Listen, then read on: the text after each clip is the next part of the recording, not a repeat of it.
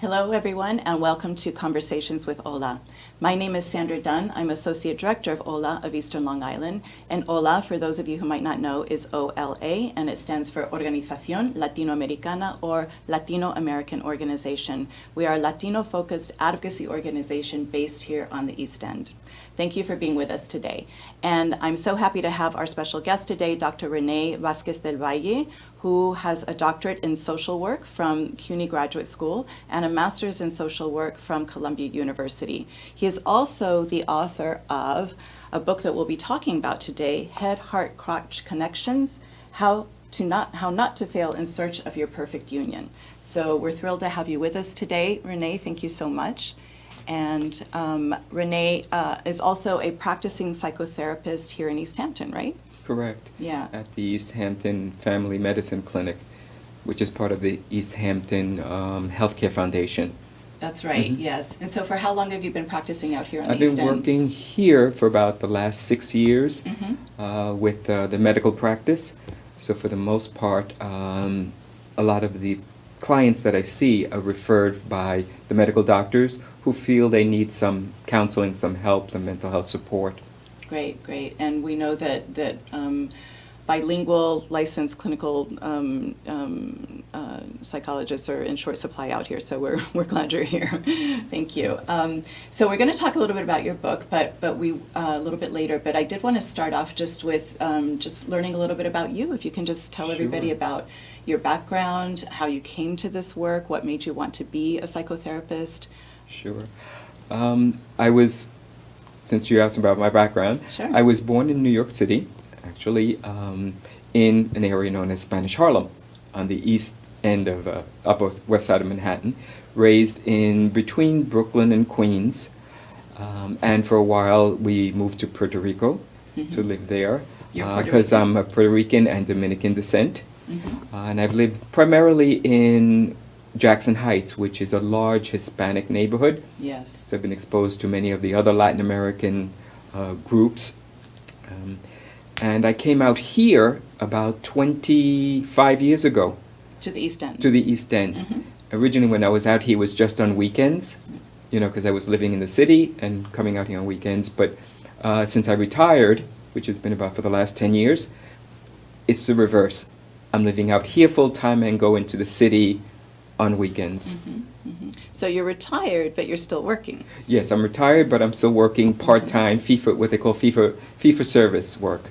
Okay. As a consultant to 3 different clinics. Okay, great. Yeah. And so how did you decide to become a psychotherapist? What inspired you to do that? Well, when I went to Queens College, I had originally started as a bio pre-med major and loved it, but as I did a practicum, I saw that, because I wanted to be a pediatrician initially, and as I did my practicum, I saw children wounded and bleeding, and I actually almost fainted Oh. from the reaction of seeing children hurt. So I realized I couldn't be a pediatrician, couldn't work with suffering children, so I wanted to be then a child therapist and work with children. And that's how I entered the field, wanting to work more with their emotional issues rather than their physical disorders. Oh, I see. So I majored in psychology, especially in child psychology, and then I moved on to family therapy and adults and working with. Great. So here in your practice in East Hampton, or even in your practice in New York City, when you've worked with immigrant clients, and I assume primarily Latino clients, right? People of Latin American descent from different countries, what kinds of, well, first of all, am I correct about that? And second of all, just what kinds of challenges or issues are you seeing come up for Latino members of our community out here especially? Sure. Since I started working at the East Hampton Family Medicine Clinic, I work primarily, actually exclusively with the Spanish-speaking population. because there are other therapists who can work with the English speaking. And when I joined them, I told them I just did want to work with just Spanish speaking because I realized that there were the paucity of professionals who spoke Spanish. When I started working with them, I realized that the vast majority of the difficulties or the problems that the Latinos were experiencing had to do a lot with assimilation and acculturation, you know, and separation from their families, because many of them come here and leave families behind in their native countries. And the resulting difficulties that occur when there is that type of separation, especially when there's a reunification, when a lot of the families finally get to come to the United States, sometimes 10, 15 years later, and they've been separated from either their mother or their fathers, and the difficulty they experience in reuniting, because many times they feel like they're strangers to each other at that point. Right. You know. So let's tease that apart a little bit, because Sure. it's I think it's, you know, it's in what we see in our work with OLA as well. You know, we see issues related to that as well, and certainly with young people, and we'll talk about los jóvenes or young people in a moment, but thinking about just the separation part of it, what kinds of challenge do you see people facing when they are here without their families? Because some people might think, oh, you just go to another country, you're without your family. I've lived without my family, one might say. And so what's the difficulty? What's the big deal? Sure. Well, finding employment was often very difficult. The employment was seasonal. Mm-hmm. Finding places to live, because the Hamptons is very expensive. Yes, impossible. You know, and once here, their sense of isolation, estrangement, loneliness, missing their families. When I first started, there wasn't, you know, FaceTime and WhatsApp, you know, so they couldn't visually see each other. Sometimes they were separated for long periods of time without visually seeing themselves and their families. With the development of these apps now, it's made it a little bit easier to tolerate the distance because you could see each other, you know. But like I said before that, it was that sense of estrangement and loneliness. I was referred many times clients who had attempted suicide out of that sense of loneliness and depression that often came with being, you know, an immigrant, with being alone. Right. And so how do you find that people, I guess, you know, I think everyone has the capacity for tremendous resilience, right? And how do you find that when people are going through something like that, the immigrant experience, and of course we all have a certain idea of what that immigrant experience is, but this is part of the immigrant experience, this isolation, this loneliness, this separation from family, separation from culture, separation from your language, when here on the East End we don't even have full language access in certain institutions, you know, that we would like to see where everything is done in both languages. But so what do you see there? I'm like, how do people, in your experience, how do people overcome these tremendous challenges and develop Sure. and exercise their resilience? I think the resilience is developed through association, through social networking, through finding other people like themselves going through similar circumstances. So for the Latinos, a lot of it had to do with, for example, going to the churches, finding Latin churches out here where they could congregate and socialize and praise seemed to help them greatly. Going to local bars and restaurants where they would see other, you know, Hispanics Yes. seemed to help them a lot. Yes. Okay. So just eventually then building a community here. The sense right? of a community, Mhm. yeah. Yeah. And Yeah. the community that I work with, Liz, they're congregated for the most part up in the Springs, Mhm. and they've been able to purchase property and socialize in clubs and, you know, places there, and that has helped them feel a sense of involvement in the community, commitment to the community, desire to stay here. You know, the longer they are here, the more people they meet, the more relaxed they feel, the more accepted they feel by the community. Mhm. Exactly. Yeah. And that can take sometimes years to build Yes. up, right? Years Certainly for when I this first process to came here happen. 25 years ago, I didn't see any of that. I would Mhm. say that it's been like within the last 10 years or so that you see those social networks building, Mhm. you know, and that sense of community has enlarged.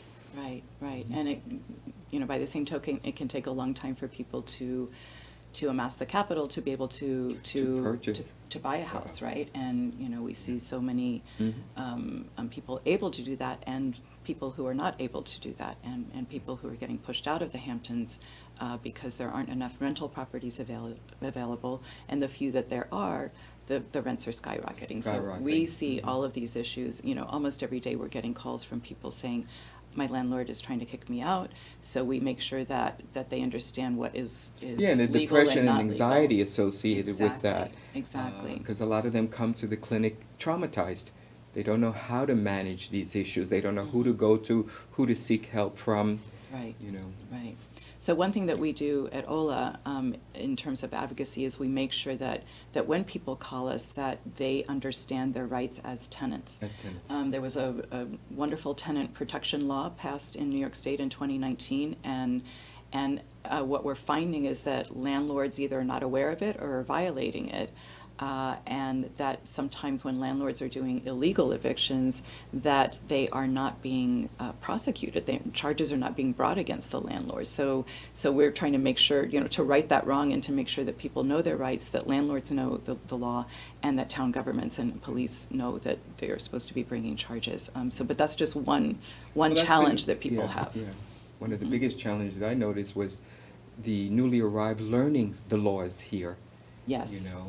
And they would get involuntarily admitted or imprisoned because they weren't aware of the laws here.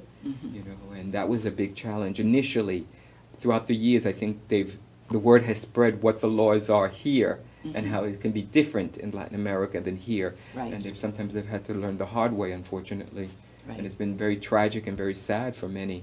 Right. Yeah. So it's a process of educating community members, but also a process of educating our elected officials, our police officers and police chiefs about what about who Latino members of our community are, and about certain challenges that they have and such. So yeah. And then you mentioned unification, the process of unification or reunification when other family members are able to come here. And that is beautiful, but it also poses its own set of challenges. So can you talk for a moment about that? Some of the challenges are in relation to the person's feelings. They often felt they weren't taken into consideration, or they weren't even informed totally that their parents were leaving them behind, either leaving them with aunts or grandparents. Never explained to them if they would be coming back. So what you see is when they do arrive here, there's that difficulty in connecting, the estrangement between them, the feelings of resentment, which are often unconscious. They want to be able to be grateful, and they often voice saying, we're grateful that our parents came, sent us money, took care of us, was able to bring us to the United States, but unconsciously that feelings of abandonment and resentment come to the fore. And initially it's all wonderful. Within a few weeks to a month, it starts to fall apart as genuine feelings come to the surface of hurt, abandonment, resentment, anger. Exactly. And then they have to work through those feelings. So it sounds like you work with young people as well, with adolescents. Well, mostly, yes, adolescents and young adults mostly. Okay. And so the families, because I do family work as well. Right. So if you're working with the whole family, or even just with an adolescent or young adult, then they are sharing these experiences with you. And so what... And the parental experience of having not been a parent for so long, feeling like they don't have the right to discipline their child at this point. Or feeling guilty. Massive amounts of guilt and shame. So how do people work through that with you? Not easily. It takes a long time sometimes to work through those kinds of feelings. And it's wonderful that some families and individuals have access to psychotherapy, to counselors, to family counseling or individual counseling. But as we know, as you well know, so many people do not have access because we don't have enough bilingual therapists here on the East End, bilingual counselors or psychotherapists, and sometimes also we are well aware of this with OLA, and I think this is changing slowly, but there's still a stigma attached to seeking mental health care. Or emotional health care. People think, no, you just deal with your problems. I think this is not just in the Latino immigrant community, but also beyond, but maybe it's a bit more prevalent in the Latino community. When I first started studying the utilization of services of mental health by Hispanics, which is what I did my doctorate in, I found out that there were reasons why they weren't utilizing the services. And there were a lot of theories that were postulated. One was called barrier theory, one was called alternate resources theory. Barriers being everything from institutional barriers to cultural barriers. The stigma associated with seeking mental health, language barriers, institutional barriers, the fact that a lot of the places didn't have Spanish-speaking staff. Some of the cultural belief systems that would be alternate to the mental health system, the belief in spiritualism, for example, and curanderia, folk healings. They would seek help among those resources before coming to the mental health system. So they would go often to priest or to extended family, because that's where you go first when you're experiencing some emotional distress. You don't go to traditional mental health services. That's not what the Hispanic community was used to. So those served as barriers to actually utilizing some of the mental health services. So sometimes you had to overcome those barriers to get clients to come in and utilize the service. Yes. And thank you for bringing up the very important issue of barriers. So I just want to share with everyone that one of the programs that we've started recently at OLA is called Youth Connect. And Youth Connect is a helpline. It's a text line and a phone line for adolescents who are struggling. They could be struggling because they're feeling too much school pressure and have a test tomorrow, or they could be struggling because they're having a really hard time with a parent, or they're struggling because they're thinking about committing suicide. So it can run the gamut. There's a whole spectrum of need. But we are in the schools with a team of trained crisis counselors giving presentations on Youth Connect so that local adolescents will understand that if they don't feel they can go to a parent or a priest or a school social worker, and most of our school social workers out here are not bilingual. Youth Connect is for everyone. We do the program in English and Spanish. It is available to all students, not just Latino students. But we want to make sure that it is also accessible to Latino students, which is why we provide the counseling in English or Spanish, whatever the student needs. But as you know, one of the essential things to overcome barriers is to do outreach. Exactly. To provide information and referral, increase the social network abilities, and reach out to them so that they know what the services are. Exactly. And to make it available to them. Right. Right. Accessible. So then what happens is because teens prefer texting to calling, they will text and then a crisis counselor will engage in a brief text conversation with them to calm their fears or worries, whatever it might be. Or if it's a very serious life or death kind of situation, then we have a licensed clinical social worker who supervises our crisis counseling staff, and that gets referred to her. And then we will seek out help, and make referrals to local psychotherapists or nonprofits. So we have that because there needs to be this outreach. There needs to be something that's saying, you do not have to sit with this alone. There is someone you can talk to for 20 minutes. You can text with for 20 minutes. So I'm happy to hear the work you're doing as well with young people. So I'd like to turn now a little bit to your book. So again, this is Head, Heart, Crotch Connections. The title is quite bold, and How Not to Fail in Search of Your Perfect Union. So this book is in English, and it's recently published. And one thing that I think is interesting here is that you talk about what many of us lament, which is this rise of social media, TikTok, Facebook, Instagram, as the way that people communicate, and that we're communicating in sound bites and, sort of losing a deeper kind of connection. But I'll just say that, of course, we recognize what is positive about social media as well, and even a program like Youth Connect is using texts. It's little texts. It's not, but that you've to It's some going extent where they're at. In other words, in exactly, social work, we always believe you. Meet them where they are. Meet them where they're at. Yes, Exactly. So if that's what the medium they're using, texting, that's what you have to then use. that's the way we communicate. No matter how limiting it may be, but it's also, Yes. it creates connection in some way. It can be Yes. very disconnecting, but it could also be connecting at the same time. Exactly. I completely agree. So then thinking about more profound connections, you talk about 3 types of connection, and they're in the title of the book. So the heart connection, the head connection, and the crotch connection. So can you just very briefly talk about those, and then we'll expand on things? Sure.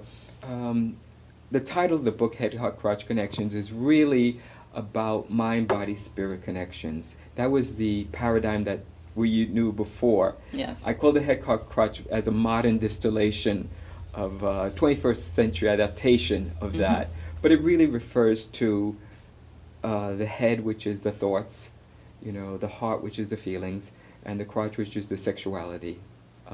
Those are the 3 components, the areas that you explore when you explore how people are relating intimately. How are they sustaining attachments intellectually, emotionally, and sexually? Yes, exactly. And then the book is a wonderful book, and it's very practical, very useful, and just it serves as a very good guide, I think, for people who are trying to understand their relationships better or make their relationships better. And then I titled it, subtitle, How Not to Fail. Yes, talk about that. In search of your perfect union, because there are, as statistics show, most relationships, for example, first marriages, do not succeed. 50% of first marriages fail. 65% of second marriages fail. That was an alarming statistic to me. I It knew the is. first one, but I didn't know the second one. Yeah. Mm-hmm. So rather than talk about how to succeed, because there's lots of books out there on how to succeed, I wanted to do the inverse, to let people know, how do you not fail? How does disconnection result in failure? Not just how do you connect, because you have to know what's going wrong before you can know how to make it right. Right. So discussing disconnection and what Mhm. results in the demise of a relationship is as important as what results in the success of a relationship, and learning both aspects. Mm-hmm. So one thing that I thought was interesting, one path forward or key that you provide for readers are the 6 W's, and I'll just rattle them off right now. The 6 W's of connection: who, why, what, which, where, and when. Can you talk about that a little bit? Sure. In therapy, the way you connect or find out the nature of your connections is by asking yourself those questions. Who are you connecting to? Why are you connecting that person? In what way are you connecting? So when you explore those 6 W's, like I call it, which is the most important connection that you have? What is the order of your connection? That helps a person amplify and experience their connection in a way they didn't experience it before. Mm-hmm. So those struck me because I think we all understand that, of course, a key to success in a relationship is open communication, right? But that can feel pretty abstract. And what I like about these 6 W's is that you make communication very concrete. And although these 6 W's might seem simple, why, where, what, which, etc., when you ask those questions that seem simple, those questions lead to very deep understandings of yourself and of your partner. And then that, with that, at least this is how I read it, that's then how you can open up lines of communication that are very directed towards not failing, directed towards understanding one's needs better, one's partner's needs better, and you talk about the importance of empathy in a relationship. Yeah. Mm-hmm. Intimacy is developed by your ability to empathize with your partner's needs. So you have to be able to understand or relate. It's called cognitive empathy. And cognitive empathy means understanding your partner's thoughts, their values, their belief systems. Whether you agree, whether you find them pleasant, whether you find them agreeable, if you enjoy their thoughts. Then there's the emotional, affective empathy, whether you enjoy their emotional expression, whether you feel safe with their emotional expression, whether you admire their ability to express themselves emotionally with you. Mm-hmm. And then, of course, sexually, whether there is mutual gratification in the Yes. sexuality. And that's one of the variables that's most important to successful relationships. Not necessarily performance, but actually the aspect of mutual gratification. Mm-hmm. So when you have empathy in those three areas, when you can empathize with your partner's thoughts, their feelings, and their sexual needs, that is what comes together to create that, perfect union in a sense, Mm-hmm. if that's what you're looking for to create. But most important as well is not just knowing your connection to them, how they think, feel, and their sexuality, but their connection to you. That's often what's missing when people, because people are self-centered a little bit and they focus on their needs, and they fail to think about how are their partners relating to them? How do their partners feel about their thoughts, Exactly. their emotions, Mm-hmm. and their sexual desires? Mm-hmm. So it's the interactional nature, not just you about them, but them about you. What do they like about you? What do they admire? What do they respect? What do they not like about? What do they struggle with? Yes. You know. Yes. Yeah. Mhm. No, all of those things are so important. And having empathy, reminding people that empathy is really supposed to be key. at the core of our relationships, because we all get caught up in the day-to-day and in the stresses and the hassles and everything else, and then thinking back again to the experience of an immigrant couple or husband and wife reuniting. And things like that, then there are many layers there that need to be of just external pressures. I think including poverty here on the East End, that people need to somehow put aside in order to be able to relate Absolutely. better with When each we other. come back to that acculturation and assimilation issue, when couples reunite, their ability to empathize with what they've been through. Mm-hmm. Because they're often, people can be somewhat self-involved and self-reflective and consider what they've been through and fail to consider what the other person has been through. So for the person who left to know what it was like for the person they left behind. Yes. For the person who was left behind to know what their life was like struggling here, because they can't imagine, they've never been here before. They don't know what life entails, what it's like, the struggles. So they come here thinking that life was probably wonderful without them, Right. and then they find out that life was perhaps much more difficult than they had imagined. And the need for empathy for each other in that experience. Yes. Yes. Because they can get lost. If they fail to have empathy, it's disconnecting. It's the Yes. failure to create more intimacy. It's the disconnect Yes. that occurs. So thank you so much for sharing all of these thoughts with us and your experience. And if you just very briefly, one last thing that you would like to say before we say goodbye. Well, I've enjoyed working here out in the East End. I've been exposed to, first of all, different group of Latinos than Mhm. the ones that lived in the city. Yes. It's been a pleasure working with them. I've grown so much, and it really helped me to write this book. The experiences I had with them and the techniques that I developed working with them Yeah. was instrumental, and that without them, this book would have never gotten written. Oh, yes. Well, it's wonderful. And we have such a strong, resilient, and amazing and creative community out here of Latinos. So, yeah, I'm glad you're a part of them. Well, thank you So, for again, having me. Thank you so much. Dr. René Vázquez del Valle, author of Head, Heart, Crotch Connections, How Not to Fail in Search of Your Perfect Union. So thank you so much. Thank you. Bye-bye.